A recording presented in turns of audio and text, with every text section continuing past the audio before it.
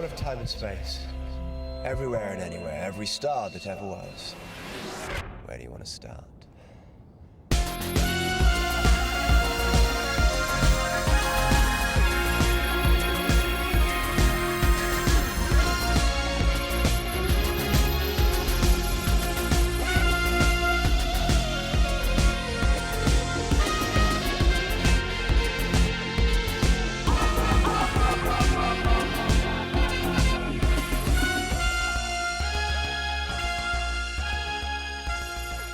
We've abandoned Stephen Taylor and all of his excessive hair on the anonymous planet of the savages.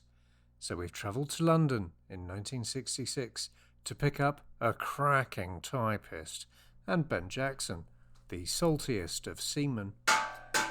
In the long overdue final story of Doctor Who's third season, The War Machines. I'm Ian. And... Where's Mark? Where's Mark? I can't do the whole show by myself. But I could. But nobody wants to hear that. What's that noise? Ah, Mark's over there, furtively whacking off beside the time latch. he won't fix it. Look at him banging away at it like a chimp in a football shirt. So much sweat, so much confusion. Complex bit of tech, that. It can't be fixed with a bit of hopeless, clueless banging, Mark. Oh, I think he's fixed it. Wait. There are two confused-looking men coming out of nowhere. I think they're Australians. Mark, put that spanner down and get over here and read out the synopsis for The War Machines. Right, yeah, okay. Let's do this. London, 1966. When the TARDIS materialises outside the post office tower, the Doctor becomes aware of a powerful and evil force nearby. So he and the ever-curious Dodo set off to investigate. Inside the tower, they track down the source of power to Professor Brett and Votan, his revolutionary new computer.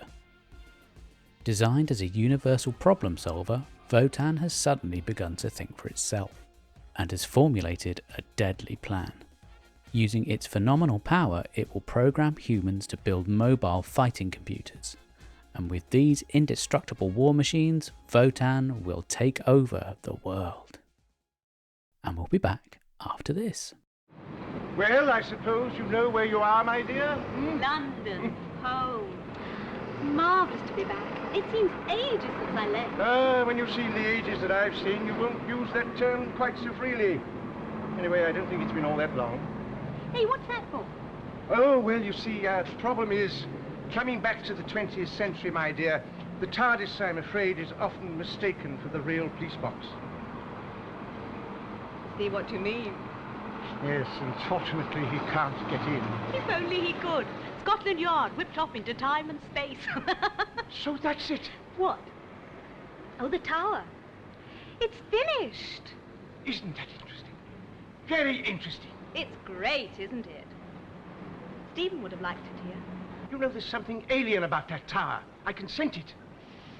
Smells okay to me. Good old London smoke. I can feel it's got something sort of powerful. Look at my skin. Look at that. I've got that pricking sensation. That sensation again, the same. Just as I had when I thought those Daleks were near. Daleks? Who are they? Oh, yes, of course, you didn't meet them, did you, child? No. No, and I'm afraid that you never will. I really must investigate it. And welcome back. And I'm really pleased to say we've been joined by two very special guests today. We have the wonderful David Kitchen. Hello, David. Hello. Good to be back. Well, thank you for coming back. And making his AOTAS debut, it's the amazing Rob Irwin. Hello, long-time listener, first-time caller. Yay, g'day, Rob. Hello, g'day.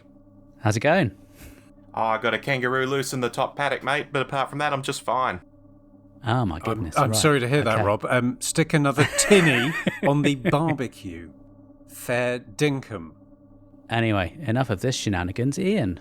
Are we dismissing my GCSE Australian as shenanigans now? Fine. Well, I mean, fine. Guys, with no further ado, it is time for you to face the Mind Probe. No, not the Mind Probe.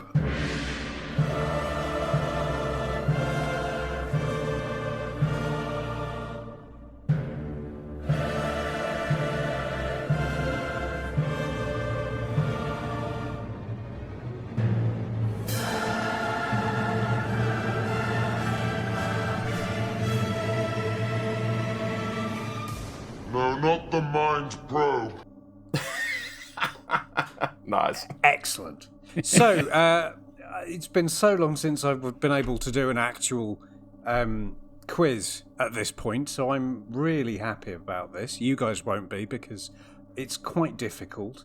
I say that. It depends on whether you know sort of knowledge and facts. I personally do not, so I find it very difficult. And I wrote it. Who would like to go first? Rob, it's your first time, so why don't you go first? Okay, I'll go first. Perfect. I don't know what I'm getting myself into, but I'll go first. I do know what you're getting yourself into, and that's why I'm letting you go first. That's why he volunteered you. All I'm going to say is that unlike some previous examples of this quiz, these are all very much on topic. So, Rob, the War Machines. This is the first appearance of Polly, portrayed by, and this is the first time I'm ever saying this out loud, Annika Wills? I'm guessing it's pronounced Annika? I've literally never said or heard that out loud before. To whom was she famously married? Oh, Michael Gough. A point, sir. David, question for you. The War Machines was broadcast in June and July of 1966. In July 1966, who won the first of their 6 Wimbledon titles? A tennis player. Is correct. Specifically, you could have drilled down even further and said Billie Jean King, but I will accept a tennis player. Back to Rob. The War Machines concluded on the 16th of July, a date known to fans of Bob Dylan for the release of what? A record of some kind. Oh, unbelievable. Yes. Wow, Again, how are they getting this? again They're with amazing. a little bit more granular Depth of detail, knowledge. you could have Can I add some information there? Yes. I think it was a record with a pop song on it. Ooh. Oh, no, I think Bloody you're wrong hell. there, Dave. I think it was probably a folk song. It was called Blonde on Blonde, and apparently it's quite good if you like Bob Dylan. Question now for Mr. Kitchen. Also on the 16th of July was the small matter of the 1966 British Grand Prix. Which Australian motor racing driver won that? I might know this one, Dave. Yeah, I'm going to pass over to my colleague.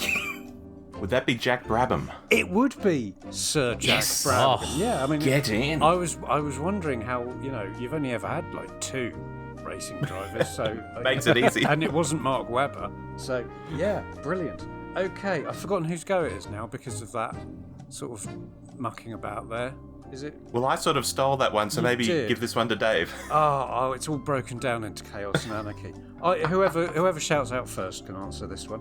Which famous East Ender makes his first and I believe only Doctor Who appearance in this story?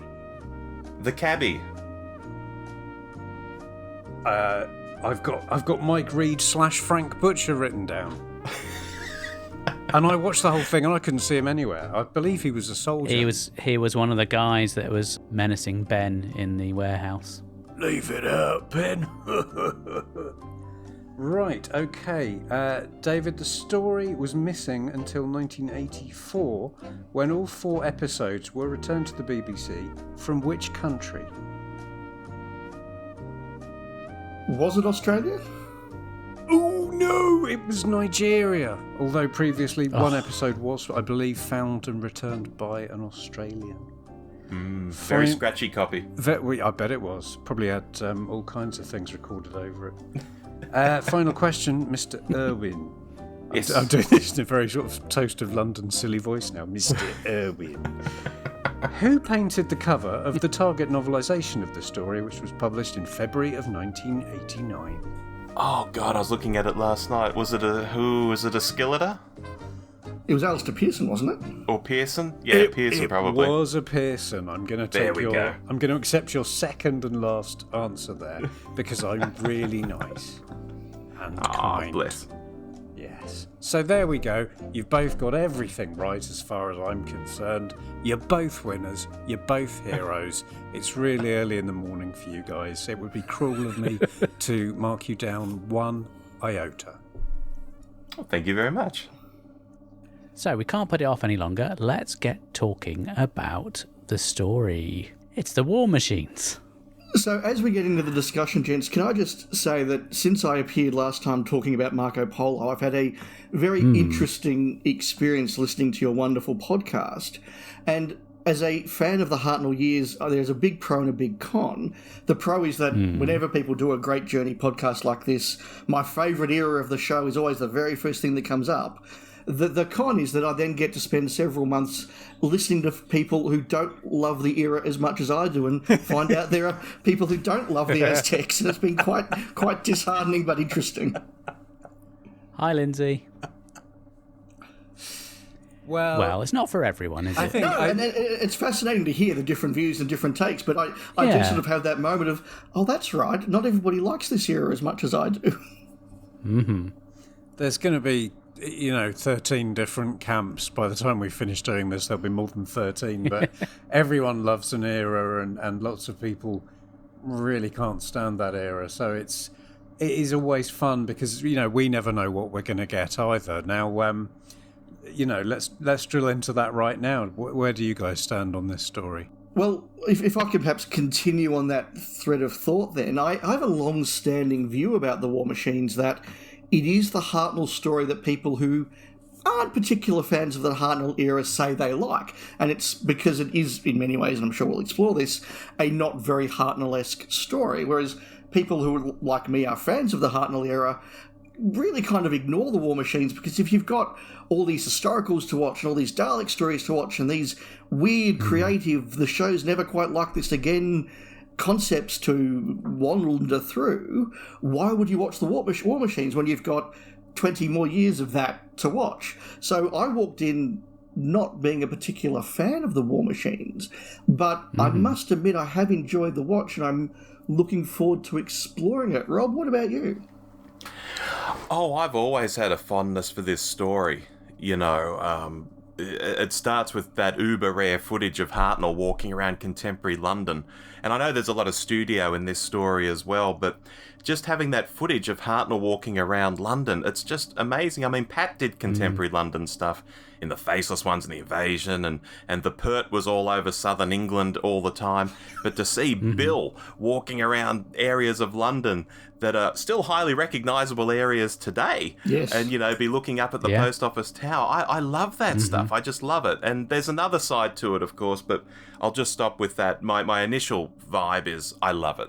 Ian, for a lot of these stories, it's your first time going in. Is this one you'd seen before, or is this another new one to you? I watched it about a month ago, and I watched 3 episodes again this very morning. So I'm going to exaggerate that to claim this is my second watch of the story.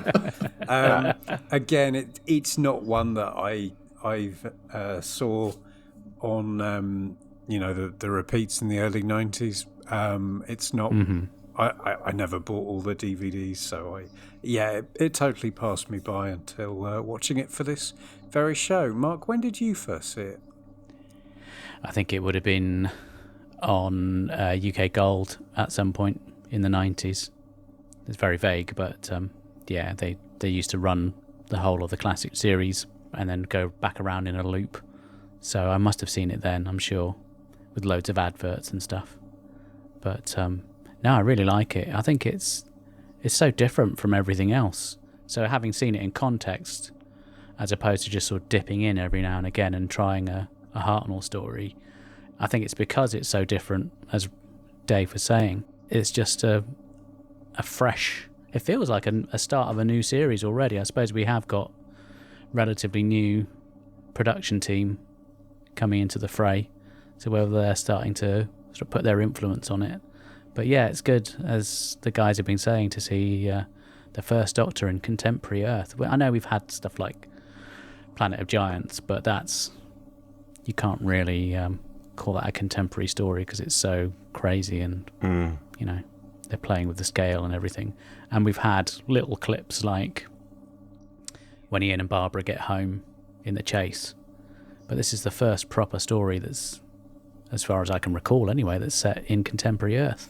Yeah, it's quite extraordinary, and it's interesting, as you say, to do this in context, because we look at the War Machines now and we can sort of feel the history of Doctor Who pushing backwards and this being a very big part of that. But yeah, coming into it after 3 years of the Hartnell era, it must have been an extraordinary jump for the audience at the time. Yeah, I think watching it back this time, I had the info text on and they were talking about how they were sort of doing surveys of viewers. And it did seem to be quite a mixed reaction. I think a lot of the older viewers thought it was a bit silly, and in some cases they said it was complete rubbish, whereas the younger viewers seemed to really, really like it. Which, at the end of the day, it's a kids' show, isn't it? Yeah, and it's a big shift in the tone of the show, both in terms of the type of stories that they're going to start doing, but also just in terms of a different philosophy starting to ebb its way into the show, because we're about to enter an era, not spoilers for you guys that are going on to it, but an era that's very much about lots of the Doctor running down corridors being chased by monsters, which is a great thing, and I have a lot of fun watching the Doctor being chased by monsters, but it really isn't about anything, whereas we've just had a full year of the show really trying to be about something. And if you look at season 3, across the course of that season, you've got no less than 3 stories that are all very sort of small L British liberal, arguably progressive stories. I mean, Galaxy 4, The Ark, and The Savages are all some form of be nice to other people, be nice to other races, be a tolerant society. Now, they're a little bit clumsy about how they do that sometimes. They don't always land as well as they could sometimes. But there is a real intent across a lot of season 3 for the show to now start being about something, in the way that sort of the middle era of classic Trek did a lot of episodes that were sort of about something, racial tolerance or Vietnam or whatever. And the show's really only just started to do that, and then with this kind of turns away from that for the next few years, which makes it, again, another sort of tonal turning point, perhaps. Yeah, Dave, and I want to say I can see both sides of the audience reaction to this. I mean, on one hand, there are parts of it that don't hang together well, like some blokes knocking together war machines overnight in an old fruit and veg market, that, okay. But on the other hand, I mean, you've got a computer linking up with all the big computers around the world. That's a very internet kind of thing. You've got artificial intelligence going on. You've got the Doctor acting like Quatermass in this one. There's plenty in it to point at and go, now that's really quite interesting. Yeah, and the final point I'll make before I guess we dive into the show and you hand back to our hosts, because we've taken over a bit here, Rob, is is that this is another important first for the show, which is the first credit from an idea by Kit Pedler, who was the unofficial, semi-paid scientific advisor for the show, whose job was to sort of sit there and go, I read a very good article in the New Statesman the other day, or New Scientist or whatever, about this this concept of computers talking down telephones. Let's make a story out of that. Or I've just read an article about heart transplants. What could we do with that one? And so again, this is the first of another sort of vibe that's really going to go on. So we really are packing away a lot of old sort of Doctor Who tropes and concepts and everything, and this new production team is really now getting to grips and going in a very different direction, and we're watching the first Doctor just adjust to all that. And look, I've got to say, Hartnell does this really, really well. Yeah. Now, on that subject of the scientific advisor, so to speak, I think we had a lucky escape in one respect, because one of the interviewees for that position later went on to be one of the authors of The Joy of Sex. Blimey. So we could have had some very unusual plot lines. And we thought we were lucky not getting The Prison in Space in 3 years' time. Well, I mean, I'll be honest, you were worried that you were kind of taking over the show, but I was just letting you keep going, because you made a lot of very interesting points there, and it was so thought-provoking that I was actually sitting here quietly and thinking about it. So, I mean, if you guys want to just carry on, That's really interesting. I won't even need to listen to this one because I'm just going to listen to it now while I'm here live. So, yeah. On the other hand, I should probably try and earn my keep. The first point I wanted to raise, and it kind of goes into the first scene, so it does kind of lead us into looking at the story. When the TARDIS materialises, the Doctor pulls that sign out of his pocket that says "out of order" to disguise the TARDIS. Is that the first example of the Doctor's famous dimensionally transcendental pockets? Because by the time he was in the New Adventures, he was producing, cups of tea and in a saucer and drinking it. So is this the first example of that kind of, Terry Pratchett's luggage kind of magic pockets?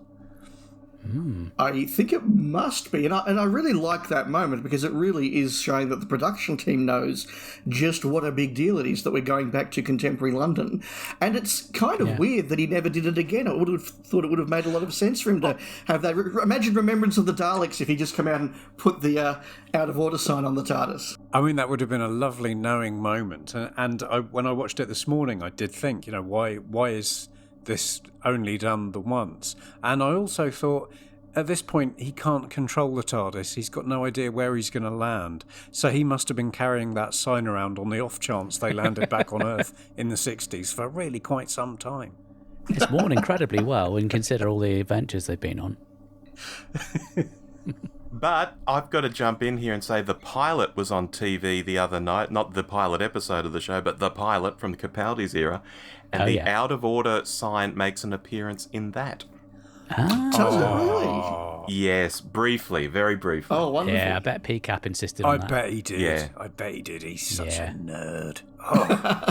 And that's one of the reasons why we love him. But yeah, it feels a lot more, as someone who grew up in the 70s and 80s, to me, it's just watching this one, it feels a lot more like you imagine the 60s to be. Whereas watching An Unearthly Child, I know we're going right back to the beginning, it felt more like a bit of a hangover from the 50s. It didn't seem quite as groovy and fab, swinging yet. Whereas now we're fully into the swinging 60s. Yeah. We have the Inferno Club. Yeah, we really are. And the other advantage, of course, that the production team obviously quickly discovers and loves is that if you are filming in the contemporary world, and particularly contemporary London, you can just go out into the streets and do great big filming of great big streets and buildings and parks. You don't have to build a tiny set inside Lime Grove. So suddenly you can do a whole lot more because you just filming outside in ready-made environments. Mm-hmm. Although, to speak of the Inferno Club, because you just mentioned it then, she has a line, the hostess, something along the lines of like, "No one here over 20, Daddy-O," sort of thing. But everyone dancing looks about 25 to 30 years old. But don't you think that people back in the day tended to age a lot more quickly? If you look at the contestants on Bullseye from the 70s, they all famously look like, they're about to die. And, they've got these balding, gap-toothed, snaggle-haired freaks lumbering around. And, how old are you? Oh, I'm 27, Jim. 27? There was a meme doing the rounds the other day on Twitter, and there was a load of photos of footballers from the 70s. And you had to try and guess how old they were. And you think, oh, God, they must be at least, pushing 40, and they were like 21 or something. It's really and when you look at the footage of Beatles concerts from that sort of period, everybody is dressed up in their Sunday best and all the rest of it. But even so, I did feel as though the Inferno Club was a classic example of a hip, groovy 20s club as imagined by blokes in their 40s. Absolutely. I can't believe that you're suggesting that they'd actually cast people who were way older than the age that they're playing in Doctor Who. Who'd have thought it? Well, it was an unbelievable sort of, the London's hippest night spot, and it's like an old church hall with one record player in the corner and lots of very shifty dancers and some sort of slightly predatory bloke who looks a bit like Bill Wyman from the Rolling Stones, trying to hit on Polly. Flash, I believe he's called in the credits. I mean, as I think has been said before many times, you wouldn't have got Ian and Barbara here, and it is very much, kind of ushering in a new era for the sake of argument, ushering in the swinging 60s just when everyone's kind of giving up on the 60s. But maybe there is some some people making the show at this point who are markedly younger than the people writing it in the 60s who, would have still been very much part of the 50s kind of zeitgeist. So, it's like decades don't really arrive until 3 or 4 years into the decade at least. So, yeah, I think this is kind of where a much younger energy kind of first crackles through the show. And the first Doctor embraces that, which again, as part of my ongoing crusade to remind people that the first Doctor was a wonderful, fun, occasionally grumpy, but certainly not a nasty character. And he doesn't walk in and do what you would expect, or what, dare I say, Stephen Moffat might write, which is, oh my goodness, young people having fun. Oh, this is so inappropriate. He's like, oh, awesome, young people having fun. What a hoot. This is great. Yeah, he's straight up to the bar, isn't he? He's getting a drink and yeah, absolutely. And that is the first Doctor at this stage. Oh, yeah, because like I was saying earlier, not only is he walking around London in general, he's walking around London like a boss. He's got that damn hat on. He's got the cape on from An Unearthly Child. He looks tremendous, and he walks down the stairs in the nightclub, and even before he gets told that he's got fab gear, he looks absolutely out of place and yet absolutely in the right place at the same time. You can imagine he'd been down to Carnaby Street or, Granny Takes a Trip or one of those shops and decked out in his cloak and everything. And, he's just a groovy hipster. Yeah. I think probably any Doctor would have walked into that club and treated it the same and sort of been pleased by the sight of young people having fun, with the probable exception of the third Doctor, who is probably the one who would have started acting like a tit. asked to see the wine list and being told there wasn't one. Yeah. Oh, Jim Morrison, that bounder. Off down to the Carlton Club. But actually, I think it's in the nightclub, and I might be misremembering this, but someone looks at the Doctor and says, "Doesn't he look like that DJ?" And I thought, do they mean Jimmy Savile? Yes. Oh. You see, yes, they do. I didn't realise that because I just thought that all UK DJs in the 60s dressed like that. So I thought it was a very generic comment, but people tell me it is more specific. The long cloak and the Astrakhan cap of a youthful John Peel as he leaps over the side of Radio Caroline and they float out into the ocean. You see, I thought for a while it was John Peel because John Peel was the only DJ I knew because he turned up in the goodies. Did he? Yeah, John Peel's in the goodies. Nice. I was going to say it's also another first for the show because it's the first time it's confirmed properly that the character's name is Doctor Who. And wasn't that controversial for the next 30 years? I mean, I'll be honest, I didn't like that. I'm not on board with that. Well, in that case, Ian, the fan theory that I particularly enjoy is that because Votan is a computer, if it doesn't have a piece of data, it just puts a placeholder in. So if it doesn't know a surname, it just puts in who as a placeholder. So that's why it goes in there. The other theory, of course, is that I think the implication of the scene is that Votan is reading Dodo's mind, and that's why it knows what TARDIS stands for and everything. And maybe in Dodo's mind, that's how she thinks of the Doctor. There is another explanation in Big Finish in a story written by Nev Fountain. At one point in The Kingmaker, he's accosted by a robot from a publishing company who he's promised to write some more of the Doctor Who... Do you remember those books back when you were a kid? It was like the Doctor Who monster book and Doctor Who. Oh, yes. Yes. In history, Doctor Who does this. And he explains it to his companions when the robot keeps calling him Doctor Who and keeps pronouncing the names of these different books, that it's actually... the robot can't put a comma in. It's an adventure with the Doctor, comma, who takes you on a trip through history. Cute. But it is the first of a number that are coming over the course of this production team's era, as you gentlemen will discover. Silurians. Well, and Highlanders. Yeah. But let's not jump ahead. Spoil ourselves. Yes. So one of the many very entertaining things about this is the will operating thought analog machine, or WOTAN, as it's clearly standing for. Why does everyone call it Votan? Because Wotan is a German word. Yes. But if the W specifically stands for a word that begins with W, I mean, I agree. The correct pronunciation must be Wotan because it is it is, as you say, a construction from the word will. But Wotan is a German word, and so I think people see it on paper or hear it and naturally default to the pronunciation they know. Ja, es ist Wotan. Es ist Mach das Wotan. Klimaanlage auf, bitte. Ich habe das für, ja. Ich bin oh auf dem God, I think my Sprecher laptop's Deutsch. playing pornography. What's happening? German. Stop. Yeah, no, I mean, yeah, that's actually a really good point, David. And if I was naming something and it ended up being an acronym that was also a German word, I'd probably lean heavily into that as well. So again, particularly if I'll society's just full of a bunch of Shakespearean classic actors. Of course, I mean, Wotan, it's Odin, it's that Norse myth. We've got the war machine called Valk, short for Valkyrie. You know, there's all that sort of stuff going on in there as well. Oh, yeah, I have absolutely no doubt that the author started with, I'm going to call my computer Wotan. Let's now work out what the acronym is. Yeah, they could have done slightly better, couldn't they? I mean, like even I'm Willy slightly operating disappointed that they didn't come back. Because they could have had a returning story. They could have had multiple Votans, and it could have been the Votan clan. Oh, that's very good. Love it. And they could have got rid of the one with the weakest plan each week, and they'd have been Votan them off. Anyway, back to talking about Remembrance of the Xerox. I think it's really ahead of its time. You know, the whole it's prefiguring, as Rob was saying, it's prefiguring the internet. It's really Well, I'm just in the middle of watching some show called Blake 7 for the first time, and they make a lot of song and dance about this thing called Aurak, that's like this computer that can connect to all other computers, and it seems to be that.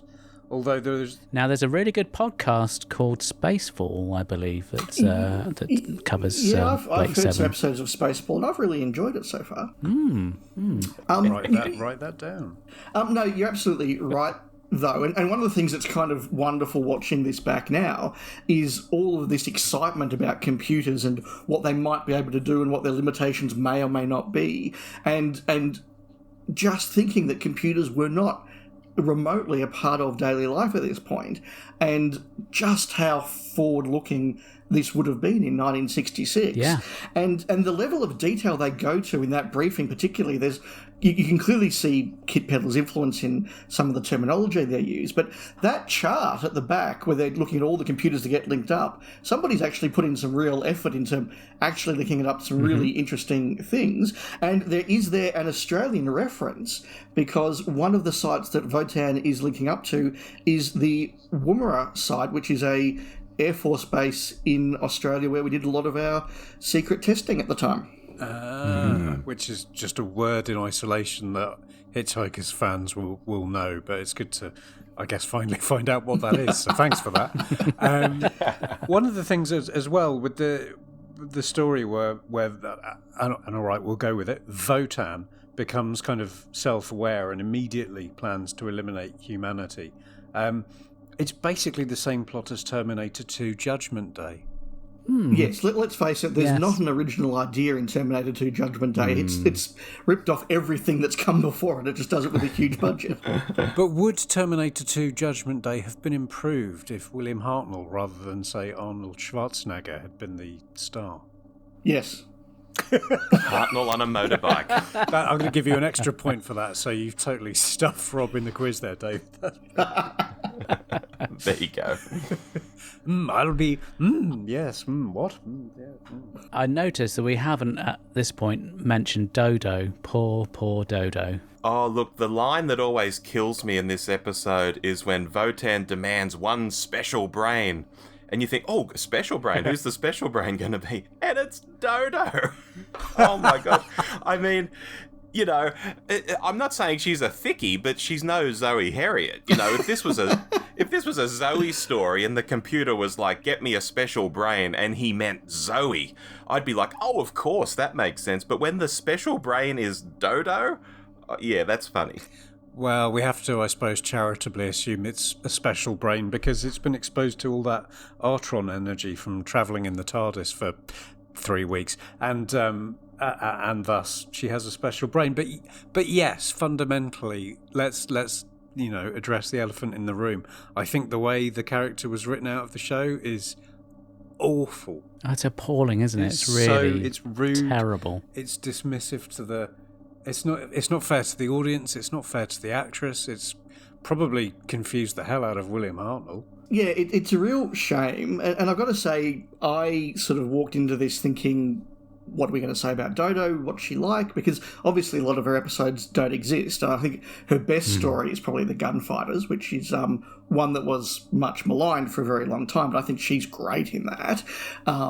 Whereas the episode that I think was most commonly in circulation at this time was Celestial Toymaker Part 4, which I quite enjoy, but Dodo's character in that is just stupid, and that doesn't serve her well. But as I was watching the first half of episode 1, I was looking at Dodo's performance. I thought, you know what, she's perfectly good. She's not a bad actress. This isn't too bad.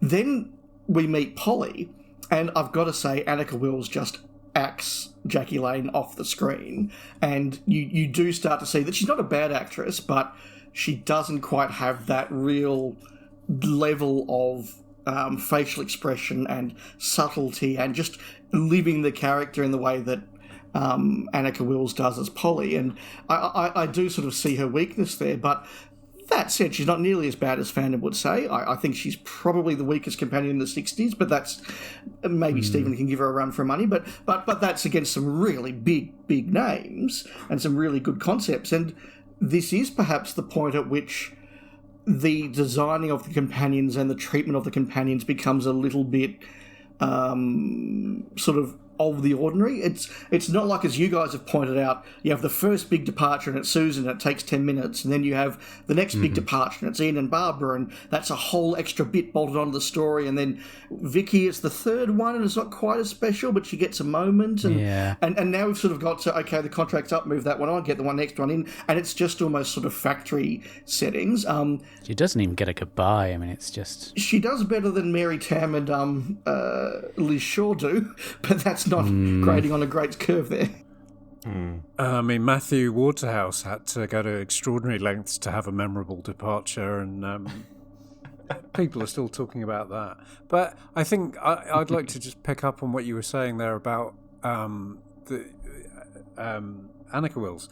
When she's introduced as a cracking typist, and she does that little sort of grimace, and there's more sort of life and brilliance and depth in that 1-2 second facial expression than I feel all the personality we've ever got from Dodo. And that, again, that's no comment or criticism of the actress, but there was nothing there for her to do. So she probably thought, well, bugger this for a game of soldiers, I'm off. But I did wonder if there was something more of a departure or a final scene that maybe was filmed but ultimately got cut or ended up on the the studio floor. That would be weird. The cutting room floor where they cut things. Her contract expired after 2 episodes, and this was the television version of your contract is up, please hand me your pass and we'll escort you from the building. Wow. That is awful. I did read that the producers wrote to her to apologise and just say, unfortunately, due to the circumstances of how it's all worked out, it's not the best way for you to leave, and they were very apologetic. Yes, and unfortunately, due to circumstances totally within our control. Yeah, fair play to her. She was very professional about it and said how much she'd enjoyed being on the show, and made a comment along the lines of she thought she would look back and be very grateful for her time on Doctor Who. It does make the ending a bit of a mess, though, because the Doctor indicates that he's just been hanging around the square waiting for Dodo to come back.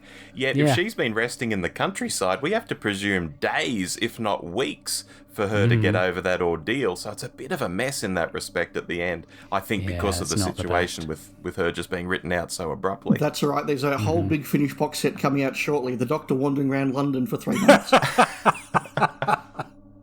Just hanging around Russell Square Tube Station and Bloomsbury. And, oh, God.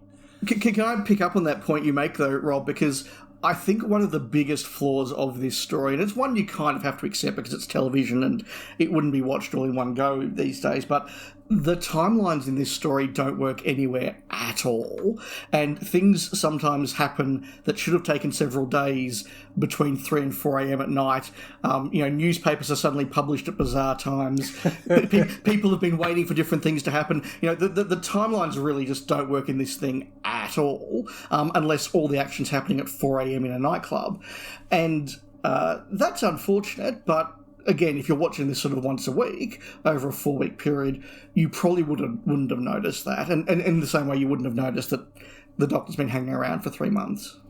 Yeah, that tramp's murder getting into the newspaper so fast with a photo. He must have been a very notable tramp. A very notable tramp. Front page with a photo. Tramp dead.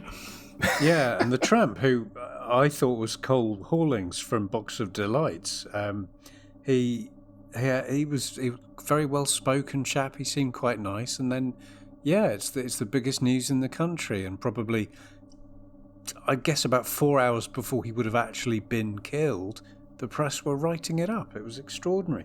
I think you're right in that, if you're watching the story precisely once in 25-minute increments from 1 week to the next, you wouldn't have noticed, and it, I didn't notice the first time I saw the story. It just rattled along, and you're kind of caught up in it. Yeah. But yes, it doesn't bear much textual analysis, but I don't think. I mean, it was very fortunate he stopped for a photo opportunity just as he was getting out of the cab, so that they could use that photo in the paper later down the line. But we haven't mentioned Ben yet. How good is it to have someone working class walking to the TARDIS now? Well, he's certainly the first working class companion, at least among the lads. Shift away from a teacher or a space pilot, And do we think this was a conscious decision for the series? I was going to say, I don't really know. I think, to me, maybe it's just because of my background, to me, he and Polly feel much more like people you would potentially bump into if you were in the Inferno nightclub. Whereas, don't get me wrong, Ian and Barbara are amazing, but they don't seem like the sort of people you come across very often in real life situations. I feel like Ben was maybe created in counterpoint to Polly. She's quite sort of posh, well-spoken, upper class. He's therefore at the other end of the spectrum, and that makes for a narrative series of dynamics that you can do a lot with. So I just assumed it was kind of generous character creation. I think culturally as well, if you look at the rise of the likes of the Beatles and what have you, the working class voices were getting much more attention at that period compared to only a few years before. It is the difference between television in 1963 and 1966, isn't it? Yeah. But here's the thing. After that, we go to Jamie from the past, we go to Victoria from the past, then we go to Zoe from the future. So we don't sort of stick with it once we do it once with these guys. Yeah, but look, I think it works incredibly well. I think that in the same way that Ian and Barbara were very clearly grounded in jobs that everybody understood, they were teachers, they were fitting into this, the fact that Polly is a receptionist, that Ben is a member of the Navy, actually gives them very quickly something you can grab onto in the way that Vicky never had, and fortunately she was sort of saved by the fact that Maureen O'Brien is so good and Hartnell works so well with her, but Stephen never really felt like a real grounded person. Certainly Katarina and Sarah Kingdom didn't. Dodo certainly didn't. Like, what does Dodo do before she walks into the TARDIS? What does Dodo do? So I didn't mean to do that. But these people arrive as natural characters. I'll put in that I think that Ben is probably the best-looking companion ever in the history of Doctor Who, and that's not a bad thing to have. But I don't know, Dave. Stephen with the beard. No, not even close. And that huge wooden hair structure. Exactly, I suppose otherwise you've got to come all the way forward to maybe Ryan Sinclair as being, the next time there was a male hottie in the TARDIS. I don't know. Yeah, that's not a bad guess. I'm not going to stand here and assess the good looks of every companion for the next 50 years. We can do that later. We can do that afterwards. Other than say it's nice to have some eye candy in the other direction for a change in Doctor Who. But look... While we're on the subject of the male companions, Ian, we know that you've had your issues with the male companions. Well, yes. On numerous occasions. I know this is your first... Only two of them. Only Ian and Stephen of the male companions. The other male companions have been fine. I'm not going to get away with this, am Not really, no. So what's your first impression of Ben? My first impression of Ben is that he's effortlessly much more likeable than Ian. He's less of a I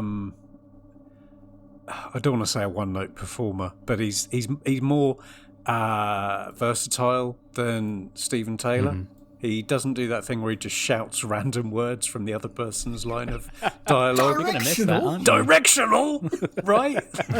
That's going on my T-shirt. I'm going to have a T-shirt printed that's got directional on the front, and it just says exhaust on the back, because I still can't stop waking myself up at 3 a.m. thinking, what a shit name for a character that really is. Clayton Hickman's probably already made it in his T-shirt good. Well, that range. will save me very probably clicking around on the interwebs. No, I think Ben is fantastic. Obviously, I've seen him in exactly one story, so we'll have to see how he goes on and how he works in different settings and different genres and different locations. But I love the guy. I'll admit that I was more drawn to Polly, but I'm assuming they're going to work well as a pair for as long as they get until so Jamie what was it, turns Ian, up. About Polly that drew you to her? It was mainly when she made that face, and you thought she's not just, she's introduced as a cracking bird or whatever, and everyone spends the whole story grabbing hold of her knockers and being sexist to her. But there was a sort of impudent quality to her, which instantly she transcended being the character of a receptionist in a kids' TV show. She's three-dimensional, and while we've had glorious companions like Vicky in the past, Polly really just strikes you as being someone utterly authentic. And it also, really she was helps, quite pretty. Yeah, she was quite pretty. It really helps that the next scene that she's in is the one in the Inferno Club where she suddenly gets to be a human being, and the interaction she has with the bar lady at the club when there are various facial expressions going on, very human reactions going on. She then talks to Ben, which feels like a real conversation, and not only does it show that Annika Wills is a very good actress and can do that sort of human acting in a really good way, it sets them both up as being human characters, but it also very quickly in my mind shows that Polly is someone who can hold her own and has a certain amount of control over her life. It's not like she's a bimbo out there to be wooed by men. She's someone who is able to talk to Ben Jackson without being vulnerable when that chap from the Rolling Stones comes up, when Bill Wyman comes up and it gets her. She's not a vulnerable person. She's able to stand up for herself. Ben actually doesn't need to come in and thump him, but it's good that he does because that develops his character and it starts the relationship between them. But it all feels, I was going to say natural. I mean, obviously the Bill Wyman stuff isn't quite natural, but certainly them, they feel like real people from the start, and that sets them up in a way that, frankly, Dodo never got. Absolutely. I think it's the most organic introduction of new companions the show's had. So clearly we've got this story which, on the one hand, is brilliantly written because for once it really cements and sets up the new companions as being three-dimensional characters. On the other hand, the maths don't really add up, and we know that newspapers don't tend to print at 4 a.m. So it's an interesting, contradictory kind of mishmash of stuff. I'm contractually obligated here, Dave, though, to say my favourite female companion of the 60s is Polly, and it's absolutely about Annika Wills' performance. She just feels so genuine to me. She feels like someone you could meet in the Inferno Club and have banter with, or who'd comment on her work performance like she does with Professor Brett and do those little facial expressions like Ian's been mentioning. And there's that confidence which has already been mentioned, and just a lovely attitude. She's just really appealing. Yeah, I would agree with all that. Can I pick up on Ian's point about contradictions in the show and raise another one that I found watching it, which is, for the first half of this story, I was really engaged with the plot. When Votan was all about hypnotism and mind control and subtlety, I was really enjoying that. It was really good. It obviously then switches to when it just becomes about war machines scampering around London. Yeah. And look, I don't think that works quite as well. I think there are some wonderful shots of the War Machines, and some of the direction in this story is really, really good. There's one bit, just as an aside, where they're doing a conversation between two people, and the camera cuts between them, and each time it cuts back, it's a little bit closer to their face every time. It's a really good stuff. They work where they can to get the War Machines looking really good, and sometimes they do look good. They're an interesting design, but as a plot to take over London, I did sort of wonder how that actually works, because they have the line about the War Machines will soon get themselves into every control centre in London. I thought, that's great. A War Machine can get into Downing Street, smash into the Prime Minister's study, and then what does it do? Certainly doesn't go outside for drinks, because that would be in breach of lockdown protocols. Let me tell you, let me make that absolutely clear. Yeah, you're right. What fundamental menace did they really demonstrate with those little spindly plastic arms and that? And they kill people with a sort of spray of a chemical that's so appalling to human beings that they drop dead on the spot. I can only conclude that was Lynx Africa. or even as per the test, as the guy who is unfortunately missed by the War Machine, but gingerly falls down anyway. Yeah, that was really poor. So what are they going to do? I mean, it's great that they're so scalable that you can build your own one in a fruit and veg stall in about 3 hours, as Rob observes. And is the idea that they're going to just sort of replicate until there's one of them for every human being, and then it's a fairly straightforward kill ratio? Or are they going to do something fiddly with the electrics? I don't know.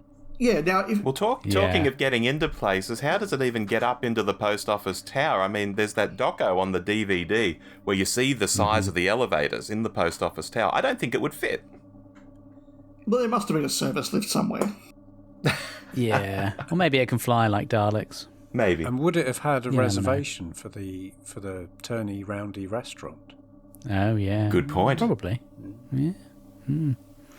Yeah, they're not really going to challenge the likes of the Daleks for best baddie ever. No, and they were really? presumably created as one of the series' many attempts to create a villain that was as memorable, mimicable, and exciting as the Daleks. And I called it Remembrance of the Xerox, because there is a certain photocopier-like quality to them. But they are just very unwieldy, and I don't know. I mean, the hammer arm that smashes the table poorly, that was potentially, I guess, maybe quite scary if you're, I don't know, 5. And, you know, they are shown killing people. They are established as some kind of credible threat. But when you've got them, you've got the army trying to trap one in a cul-de-sac, it does look a bit rubbish. Yeah, there, as I say, there are times they're shot really, really well, and there are times they're shot not very well.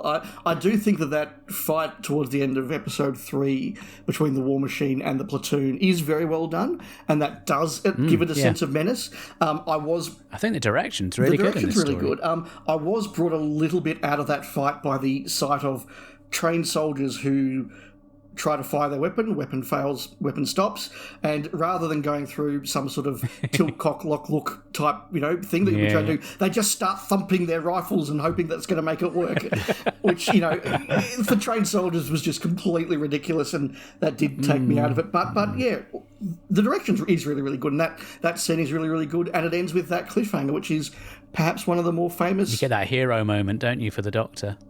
It was amazing, wasn't it? It was just such an iconic pose as he sort of stares down the camera defiantly. That's up there with, what was that really early? It was in the Rescue, where he's sort of standing with his back to the robot chicken gentleman. I forget his name. Cocky Licking. That's the man. And there just been a couple of these real iconic comic book moments for the first Doctor. So the end of part 3, I think, is as good as it gets. Hartnell's Doctor is badass. Yes. He's a boss. He really is. Yeah, I think the direction... Is it Michael Ferguson, isn't it? I think this is his first directorial job. Wasn't he the guy that got the job of holding the plunger in the Daleks for the first cliffhanger? I'm pretty I sure. have no evidence to the contrary, so I'll agree with you. Yeah. No, I think he does a really good job, and I think he went on to do quite a few more after that. Certainly one of the better directors that they had in the stable. Oh, absolutely. We've talked a bit about how this is setting up the future of where Doctor Who's going to go, and we do have that very proto-unit type organisation. The Doctor works with the military, which is interesting to see for the first time. The Doctor very quickly becomes friends with Rab Butler or whoever that civil servant is that he's hanging around with. And again, we look at that with the knowledge of what's coming down the pipeline, and we sort of see it as being very normal. But for the audience at the time, and I'm putting this question back to you guys as people who are doing this great journey in order, how did you feel seeing the Doctor just be mates with senior civil servants and military? Did it strike you as odd, or did it just seem like, well... Kind of felt like it was the natural thing for that Doctor to do, to ally himself with, the government and the army, because as much as he's got that youthful twinkle and that sort of healthy enjoyment and tolerance of kind of youthful fun, he is still, I think, quite a Victorian paterfamilias, as I believe been said before. So yes, he's going to go straight to the top. He's not going to muck about. He's going to want half a squad of men with big weapons, and he's going to want sign-off from the government. Yeah, certainly the thing that occurred to me was, if that was the chief censorite, no one would bat an eyelid that the Doctor had quickly ingratiated himself with someone who can be helpful to him. It's just because it's somebody on Earth that's within our own particular establishment and our own particular hierarchy that it seems perhaps a little bit undoctorish, but it's what he does on alien planets, I guess. Yeah. And sort of behind the scenes as well, I made a point to try and remember. I think this is the point where William Hartnell decided he was going to call it quits, because I think his health had been declining and his wife had been really keen for him to pack it in, and he'd been thinking about stopping for a while. And I think this is the one in the sort of extra stuff that I was researching before we started recording. His wife writes in her diary during the filming of this that Bill's decided to give up Doctor Who. So this is the start of the end. It's hard to ignore that he does flub his lines a bit more in this episode, but more than that, I think there are moments where he just doesn't understand what's going on. And you can see him sort of playing with the words as he says them, trying to make them sound meaningful when he has maybe not much idea what they mean. And sure, that's a problem in a lot of sci-fi. People always get given gobbledygook to say, but generally they can fake it. And here, I do feel he seems a bit out of depth with his dialogue in places. I was going to use exactly that expression, out of his depth, not just with the dialogue, but with, just being in certain places. Like he's in the contemporary action setting, he's not a natural fit, and I guess part of that is his kind of fading powers. Yeah, I mean, there is that wonderful moment of the, now, Sir Charles, do you suppose... no, actually, I don't suppose you would. Which, to be fair, if any other Doctor said that, you'd assume it was just a brilliant one-liner about the uselessness of the political Can you imagine classes. Tom Baker saying that? That'd be brilliant, wouldn't it? Do you suppose... Yeah. No, I don't imagine you do. Oh... It'd be wonderful. And it's interesting that, his departure is one of the most contentious pieces of history in the show, because there's the view that he walked away because of ill health, there's the view that he was sacked by the producers, and the truth's probably somewhere in between. Because we know that when John Wiles took over, Hartnell basically went to the BBC and said, I can't work with this man, it's him or me. And they've gone, oh, okay, well, I guess it's you then. And then Innes Lloyd comes in, he's like, I can't work with him either, it's him or me. And they've gone, yeah, you don't get to do that twice. Yeah. Yeah, I mean, it does feel... I mean, it feels kind of like a special moment anyway, in terms of it being the end of this very long third series, which has been largely... and I was very interested to hear you describe it as a small L liberal set of stories. I just saw it as one long festival of death, basically. It's just been a really bleak and depressing series. I think it can be both. Yeah, in fact, I think it is both. You can be liberal and bleak, sure. But that's my raison d'etre. But this should feel, and I think did feel, and probably still does feel, like a little chink of sunshine at the end of a fairly dark run of stories. And this is more action, more upbeat, more, it's set in the present day, so there's more emotional investment.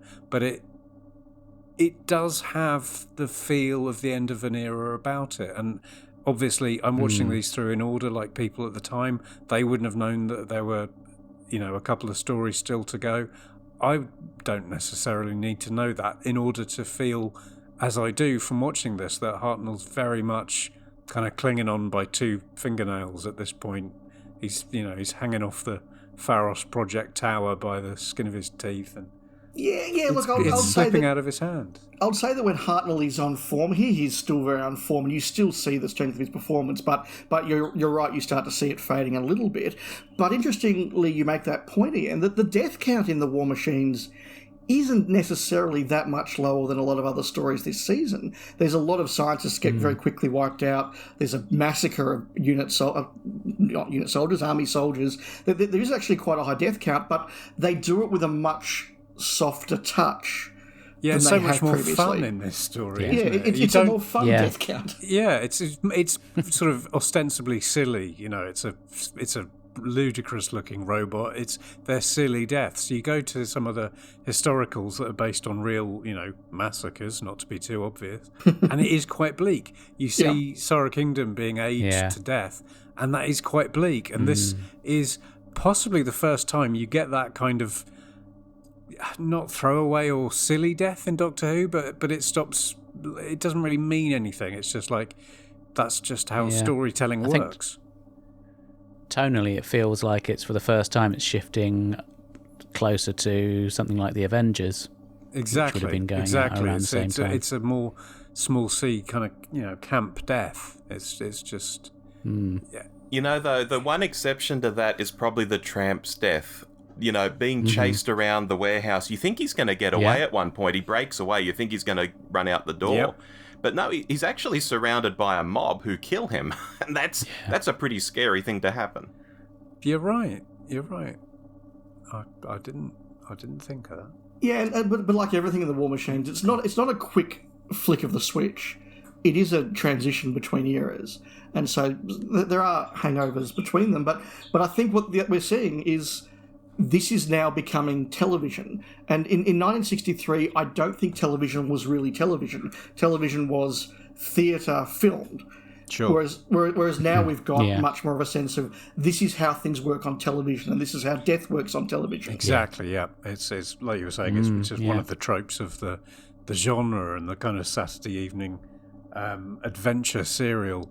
Anonymous men in uniforms just get shot and collapse quietly out of the way of the props.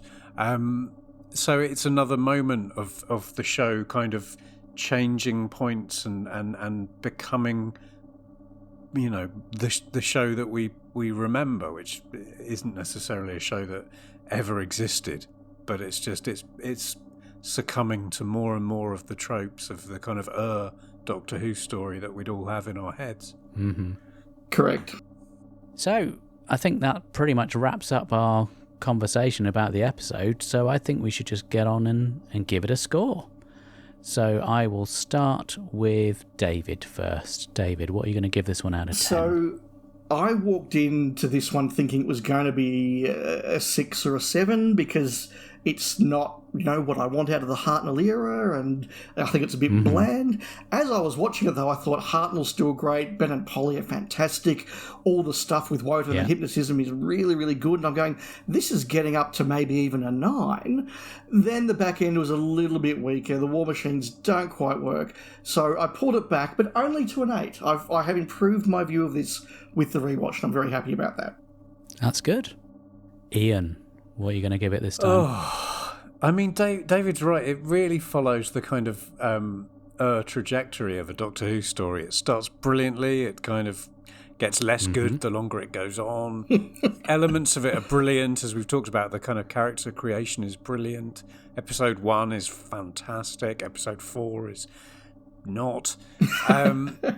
It's like a Schrödinger story. It could be a 9 or a 10. It could be a 5 or a 6. So I suppose I'm just going to have to be really boring and give it, say, a 7. Okay. Rob. Yeah, guys, I'm still charmed by this story whenever I watch it. I do have to get into that 60s cheap children's TV brain, though, if I can put it that way, and sort of watch it as if I'm a kid in 1966 rather than a middle-aged podcaster in 2022. Because, even at the end, when Ben and Polly go to the TARDIS, they enter it like they already know it's bigger on the inside. And they do it because we have to advance the story. I get all of that. But if you analyse it for like a tenth of a second, your mind is saying, no, they just think the Doctor is inside a box. Why not bang on the door and be like, oh, mate, we've got your key. Or if you're opening the door, why aren't you opening it expecting him to be just standing there? Because there's nowhere else to go if it's just a box. So there's stuff like that. And I can generally turn my brain off with that stuff, or at least compartmentalise my brain so that one side is seeing all the errors and the rubbish and the other side is saying, it's fine, don't worry about it. Doesn't London look good? So I'm with Ian on this one. I'm a 7 out of 10. Okay, I think that's fair. Well, I have a bit of a soft spot for this one. I think just the novelty of the contemporary setting. I mean, it's a time period that I'm really fascinated about. So it hits all the sweet spots for me. I think Ben and Polly are just fantastic. I do feel bad for Jackie Lane. I don't think she was served well. I think they could have done something better than what she ended up getting. I think Hartnell, on the whole, was very good. I think it's directed very well. I think it's a lot of fun. And I think it's, as Ian was saying, I think it's just, like you say, it's a shift in tone and it's just a little bit more cheery, although there is a lot of death. It's quite a step away from something like The Massacre. So for that reason, I am going to give it an 8. So that's what we think of The War Machines. Let's find out what you guys think with some listener feedback. I've got mail. So let's see what you guys have to say. And first up, we've got some audio feedback from our dear friend, Mr. Ben Schneider down in Indiana. Okay, Mark and Ian, sorry, I was a bit busy getting back into things. Okay, where was I? Celestial Toymaker. I never knew that this was considered racist. I always thought that celestial, quote unquote, meant having to do with space and spacey things, as in Celestial Intervention Agency. So what was that thing all about? The Gunfighters. Okay, finally, a story set in my own dear country, my own dear America, apostrophe America. So this should be my favorite Doctor Who story of all time, according to corporate focus groups, I guess. The Savages. How do light guns work in bright sunlight? How? The War Machines. Of course, that computer is not saying Doctor Who is required. That computer is saying Doctor, who is required. Computers are just bad at diction, because they ain't got lips. And thank you, Ben. I'm glad you managed to get caught up. We've missed hearing from you. So buckle up, everybody. We have got a metric ton of feedback. Thank you all so much for getting in touch. And let's get started on Twitter with Randomizer Podcast at Randomizer Pod. If you haven't checked it out already, it's really fun. Definitely give it a listen. And they say, Dodo's unceremonious departure is weird and a shame. Ben and Polly are a breath of fresh air. Love that Polly is pulling a goofy face in literally her first appearance. Love the scene of the machines trundling around London. Votan is a bit dull as an antagonist and trust a computer to mess with continuity of the lead character's name. Great fun though, and a new style begins for the show with a here and now setting. Thanks guys. And next up we have heard from our friends over at the Who Can Convince You podcast. And Harry says, always loved this story. I remember having tea at my 9s and this being one of the ones that stayed in her house, so I'm very fond and familiar with it. For me, this is the story where you can really feel they're both gearing up for Hartnell to leave and bringing in a new feel for when Troughton takes over. The Votan stuff is genuinely chilling. The War Machines are a bit clunky, but scared the shite out of me as a nipper. Ben and Polly work really well with the Doctor too, and it's a shame they don't stick around for too long in Troughton's run. The story does feel a little padded, but it's very well acted and doesn't overstay its welcome. Unlike my ramblings. Don't say that, Harry. So it's an 8 out of 10 for me. Thank you very much, and if you haven't checked out their show yet, make sure you go and have a listen to Who Can Convince You. It's really good fun. Harry and Luke do a great job. And next up, Gallifrey's Most Wanted, which is at Gallifrey's MW Pod on Twitter, as our good friends there, Ross and Jeff and Vic. And I think it's Ross who's probably typed this. Ross says, one of the best First Doctor stories, a precursor of stories to come. Hartnell is amazing, and so are Ben and Polly. Dodo is given a very unprofessional goodbye from the producer. Shame on them. Yeah, no, I think that's a fair point there. And from the same stable, we've heard from our friend Jeff at Gallifrey Gothic. And Jeff says, the first real contemporary Who story. Doctor Who finally hits the swinging 60s and progresses from the 50s. It's a bit of a mixed bag for me, but Ben and Polly are a joy. Dodo's dismissal is horrendous. Hartnell is a joy, and Doctor Who is required. Thank you, Jeff. And then Uncle Beard gets in on the chat. I think he's responding to Jeff. So Uncle Beard is at Uncle Beard 1978. And they say, I think that's a neat summation. This story felt immediate and oddly grounded in, brackets then, reality. I think it's a big step towards the programme we know today. And then Jeff comes back with, I imagine for viewers at the time seeing their world under threat for the first time must have been quite exhilarating. Even if the machines themselves never feel like a true threat. The setting of the scene for many, many stories and decades to come. Uncle Beard comes back and says, and so prescient with the whole computer thing. It's a shame Bells of St. John wasn't the return of Votan, really. Yeah, that would have been an interesting returning villain. And next up, we've heard from Joe Halliday, and their Twitter handle is at Jojo Champion. And they say, delightful from start to finish. Even BBC newsreader Kenneth Kendall gets in on the act. Groovy. Thank you, Joe. And we've also heard from Graham Baird at Graham Baird. And they say, very good, groundbreaking TV. Nice and succinct. Also on Twitter, we have heard from Martin. And they are at Tomp_Martin. And they say, one of my favourites of the Hartnell era and quite prescient of future Earthbound stories. A great intro for Ben and Polly, and although the machines themselves look like they were invented by the Joker, I still want a model of one. Dodo leaving was poorly handled though. Yeah, that seems to be a regular occurrence in the feedback there.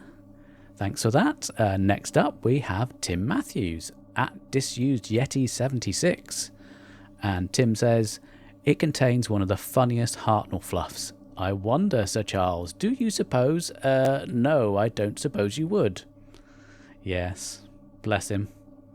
Next up, we have heard from Rob Keeley. And they are at Rob Keeley Author. And Rob says, I love this story. It's as if Hartnell's wandered into a different era of the show. Excellent action sequences, and Ben and Polly are great, though Dodo is unceremoniously dumped. Plus, it predicts the internet 2 decades early. Classic Doctor Who. Yeah, good point. We have had lots of feedback on this one. It's obviously one you guys have a lot of opinions about. Next up from me, we've heard from Adam Manning at Adam Manning. And Adam says, the nightclub scene seems surprisingly contemporary. Mind you, it's a while since I've been inside a nightclub. Yeah, you and me both, Adam. Next up, we have heard from Arthur Dykman at Work of Arthur. See what he's done there? And Arthur says, at least based on the Hartnells available that I've binged, this one for me is where the Doctor really starts to be the centre, the hands-on hero of a given story, a status we take for granted now. Yeah, that's a really good point. And lastly from me, I have heard from Eoweth Owen at Dal_Credu. I think that might be Welsh. And they say, wonderful, my child, wonderful. Yes, apologies for my Hartnell impression there. Ian, who have you heard from? So My first message comes from Mr. Pete Murphy at PopScene69 on the Twitters, who says, lucky continuity by the production team when the Doctor gets the sensation that he sometimes has when the Daleks are near. They are, as it's the same day as the evil of the Daleks. Nice also to see a young Mike Runaround Frank Butcher read as a soldier. Lucy McCall, who is very cleverly hidden as at Lucy McCall on Twitter, says, I really like The War Machines. It brings the uncanny science of Doctor Who into a contemporary setting and introduces the brilliant Ben and Polly, who both have a lively spark and rounded personalities from the first moment we see them. Ben's real terror at seeing the War Machines makes the lumpy objects with their clumpy arms seem real and frightening to the viewers, and I love the Doctor facing off against the machine. Next, I've heard from the wonderfully named Isosceles Kramer, who is at Isos Kramer, who says Doctor Who finally enters the 1960s. We've heard this a lot from people, haven't we? Ben and Polly feel modern and young in a way that Ian, Barbara, Susan, Vicky and Stephen never did. The Ian, Barbara, Susan lineup especially felt very 1950s nuclear family, with Ian and Barbara acting as quite conservative parental authority figures, and rocket pilot Stephen and child prodigy Vicky are stock characters from sci-fi of the period, whereas Ben and Polly feel like real young people. Polly is the quintessential it girl of swinging London, and Ben is the first clearly working class companion who brings a lot of practical scepticism and handiness to the show. I'm assuming that's handiness in the Alan Partridge, we'll need to know how to get a bit handy. Even little affectations like Ben half mockingly crowning Polly Duchess and their earlier, slightly spiky interactions make them feel visceral and real. Isosceles Kramer, I could not have said that better myself. Very well put. I'm pretty sure I didn't. If you listen to this back, I'm sure I ruined it. Tired Old Whovian at Whovian Old says, one of my favourite stories, and definitely my favourite First Doctor story. Hartnell of top form, especially in that cliffhanger. A shame Jackie Lane wasn't given a proper send-off, but the story was fast-paced and held attention. 10 out of 10 from me. Michael Storm at Sandman Jazz. Oh, I like that. Sandman Jazz. The template for Who to Come. Not only does it predict the unit era, the contemplating settings, characters, and the use of live news coverage and reports of events as they happen, predict RTD Who by almost 40 years. And Tony Filer at Filer Writes says The War Machines is breathtaking, returning to audience contemporary Earth, using contemporary fears about the rise of computers, predicting the internet. Besides, the War Machines themselves are chunky, hardcore, believable mechanical villains. Shed loads of stars for this one. Next up, we've got some more audio feedback, this time from the legend that is Andy Moore. Emotionless, implacable, unstoppable, built for war. And now you can own your very own war machine and stage your own battles on the streets of London when you collect the new War Machines figures from Post Office Toys. Yes, your very own shiny, trundling, robotic bringer of death. But that's not all. Each starter War Machine pack includes a scale model of the brand new GPO tower. Be careful to keep that fluffy white kitten away from it, Mum. And what's that you say, young sister? You don't care for this war-type, killing-type stuff? Well, don't you worry, fluffy girlie, we thought of you too. Look, it's the Inferno, grooviest night spot in London town in playset form. Oh, hello, Duchess. Yes, that's right, it comes complete with a Polly dolly. And who's that propping up the bar? Well, hello, sailor. It's everyone's favourite seaman, Batley Ben Jackson. The War Machines Ranger Toys, available from Woolworths, Partridge's Toys and Figures, Uxbridge High Street, and all good toy retailers. Start your collection today. Dodo not included. Thank you, Andy. That's awesome. Up to your usual standard. Very impressive. Next, we're going to go over to Rob. Rob, who have you heard from? Oh, I've heard from the Crinoid Podcast, at Crinoid Podcast. I think this is probably Jim here. He says, Lock up your cardboard boxes, the war machines are coming. Hartnell hits the swinging 60s, and we get a proto-internet and proto-unit to boot. Even a reference to a certain DJ can't spoil the fun. Oh, and the character's called Doctor Who. Votan says so. Next up, David Green at DavidGR121971. David, other handles are available. The War Machines is a great episode charting the beginning of Ben and Polly's time with the Doctor. A great story centering around the telecom tower as well. Also gives an insight into 1960s pop culture as well. Love this story. 26 Glorious Years replies, they're at 7up6389. So much to admire. Ferguson's direction, getting everyone to hit their spot in large group scenes is a minor miracle. Hartnell cheekily chiding the War Machine in episode 4, temper, and a story to view in order simply to marvel at the care involved in its reconstruction. That's very true too. Stephen B. at Steed Styling says, I have far too much to say, and he's got several tweets here.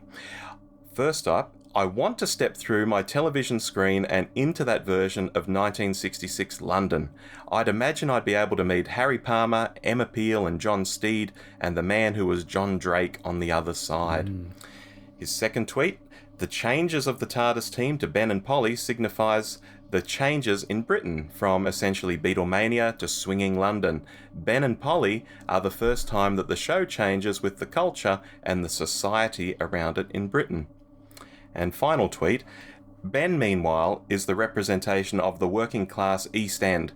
Come now to the representational four through Michael Caine's, Steve Marriott's and Bobby Moore's of that world. The cocky Cockney lad wasn't just cool, he was the new royalty. Polly is the English Rose redefined. Simon Garner Photography at Simon J. Garner says, love the War Machines. Seeing the first Doctor strolling around 1960s London is perfect. It does have a very Quatermass feel to it.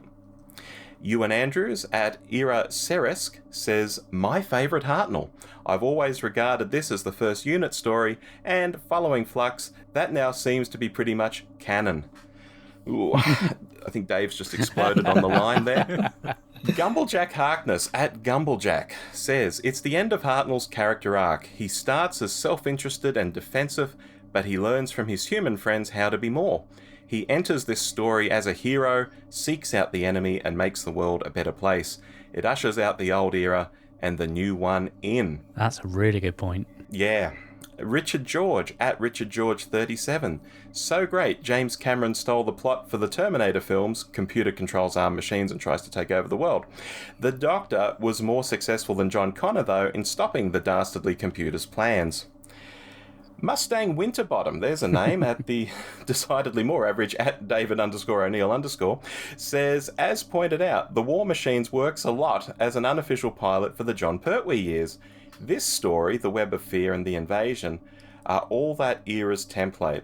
As an intro, Ben and Polly are great, but they got screwed later on. Oh, that's nice. Hartnell is in fine form here as well, but I see where his failing health and forgetting dialogue were a concern for the production team. He does struggle at times. Still, it's a modern sci-fi tale with all the elements that would take form in the 70s. It's closer to the Avengers than anything else done then. Excellent. And Dave, who have you heard from? I've heard from Philip Edney at Edney Philip, who says, this story still feels so modern when viewed, especially compared to what came before. Having the first full story set in contemporary time feels strange but satisfying. Ben and Polly, and even Dodo while there, feel like real people, not characters. But don't watch it in one sitting, as the time within the story just doesn't work. Too much happens over a couple of days to believe a whole invasion was occurring. But nice invention of the internet, and William Hartnell is brilliant. Hard to believe they wanted to sack him. Anthony Carroll at Carol Anthony says, like it. A blueprint for the future. War Machines, bit naff in realisation, but a good solid story, 8 out of 10. Luke, who tweets at Barbara Yataxa, someone said a while ago that it's a great First Doctor story for people who don't really like the First Doctor era, and I think that's very true. I wonder who said that. It has a lot of elements that go on to define the Hartnell era. It's a great introduction for Ben and Polly, but unfortunately their characterisation deteriorates in Season 4. The direction is superb, particularly for the cliffhanger of the Doctor facing down the War Machine when everyone else flees. Dodo and Polly's brief friendship is a lovely aspect. Wish they could have interacted more. This, for me, marks the moment where early Doctor Who ends and it settles into the show it would continue to be for most of the classic series. I agree with all of that. Our friends 42 to Doomsday at 42 to Doomsday have tweeted, "This was one of the hardest stories to get on the old pirate video network in Australia. I think I acquired my copy in late 1989. It probably was hard to get before then. It didn't exist before then.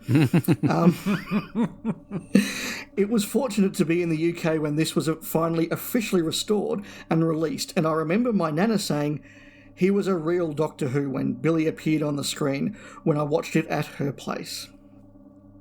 The Celestial Toy Gazer, who tweets at move_1022, "It's similar to The Invasion in that it's contemporary England, and I like that story, it works well. Yeah, I like it. A good bookend to my favourite season." Jim the Jim at Curly Jim Sam, "I find it harder to enjoy because it feels like a prototype for the type of stories the show later came to do a lot better. Of course, the audience at the time didn't know that, and it should be commended for starting to develop what would become such a successful formula." Brian Coombe AD 2022 at Umbong Gowings, "The template for the Pertwee years. Nice bit of internet and surveillance culture. Shame Dodo isn't given a good send-off. The reference to a certain DJ was his first tussle with the Time Lord. Hopefully he was on the Tesselectors list. Meanwhile, across town," and he's just dropped in there the title card for Evil of the Daleks, which of course occurred on the same day, as did the There's Faceless a lot going on ones. that day. There is a lot going on there, and look, I think a lot of very similar views across all those tweets, but I do stand by my view. I think if you ask someone like myself who's a fan of the Hartnell era to give you their top 10 Hartnells, the War Machines probably wouldn't be in there. But ask someone who's not a fan of the Hartnell era, what's their favourite Hartnell, and a lot of people are saying it's this. And I think that is a very interesting and fair divide. Excellent. And thank you so much to everyone for your feedback. That was amazing. I think we all need to have a bit of a lie down after all that. That was very intense, but yeah, great to have so many people involved. Well, thanks ever so much. If you want to get in touch, you will find all the various ways and means over our end credits. Before we go, I think we should ask Rob and Dave what they've got going on and if they'd like to give a little plug to their various shows. If we start with Rob first. Well, I'll leave the Doctor Who show plug to Dave. I'll plug the Beatles World Cup, which I've been making lately. It's a little podcast I do with John O'Park out of New Zealand, where we're trying to find the best Beatles song of all time by taking 4 Beatles songs each week, picking the best one, and then we'll have playoffs as the weeks go by. Sounds good. Wow. And Dave.